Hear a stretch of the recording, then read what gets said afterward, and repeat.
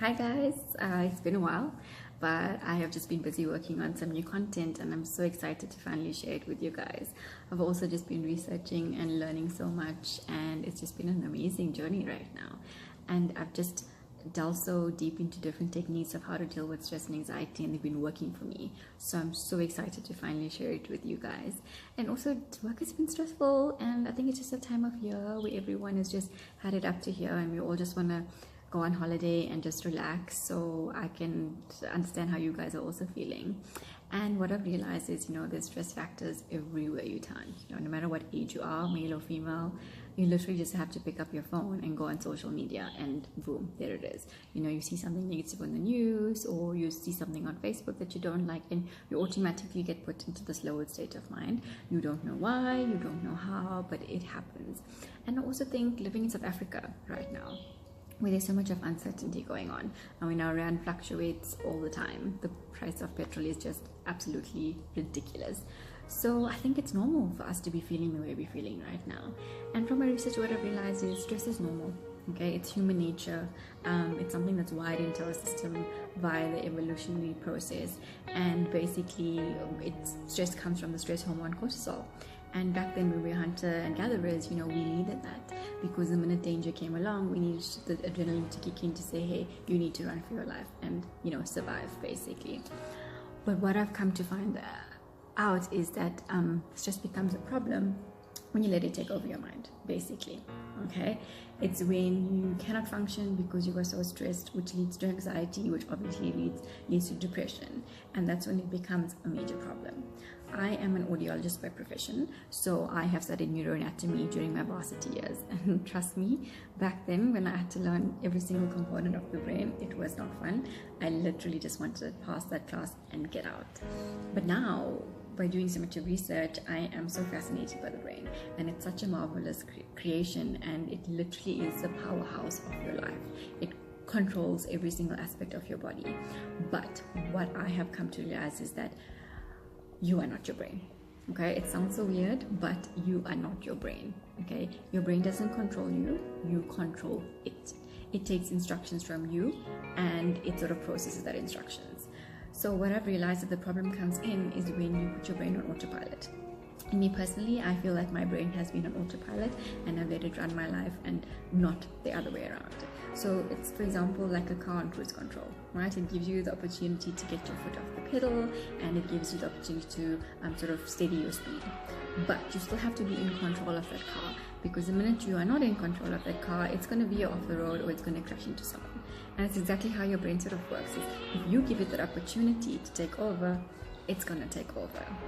Okay, and I find that's what happened with me, is that when I used to get stressed or I was anxious about something, I would literally let it take over my entire life.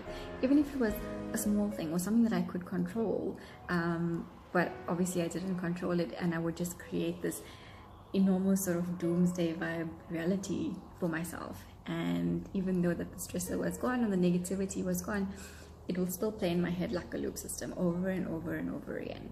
And the minute another negative thought comes in my head, my brain sort of grasps onto it and just loops it. So in essence, your brain sort of sees this as a normal process.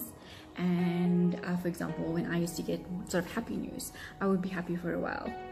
And then the next minute I know is my brain is sort of thinking of negative thoughts, reasons why you shouldn't be happy.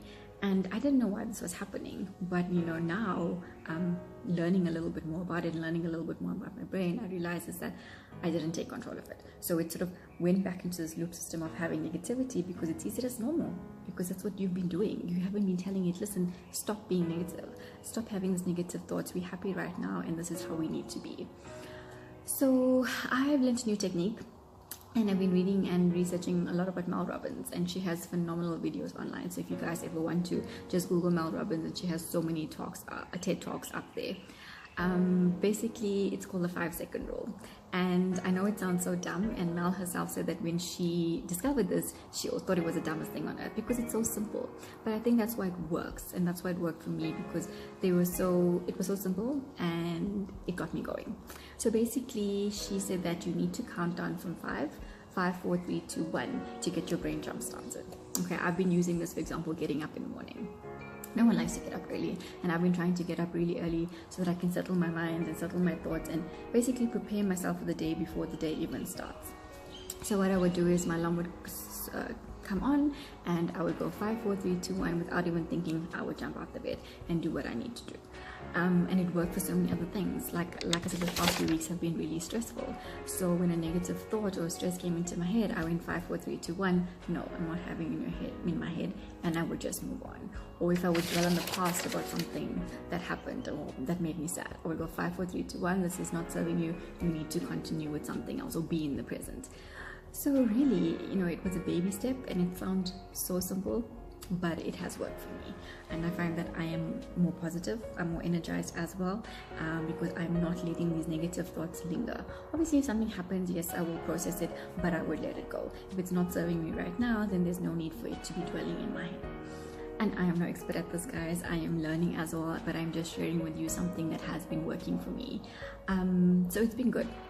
It's been good, and I feel it. I feel that I am more in control of my brain right now, and it's not controlling me as such, because I am more conscious of what I say. I'm more conscious of what I think, and how I act.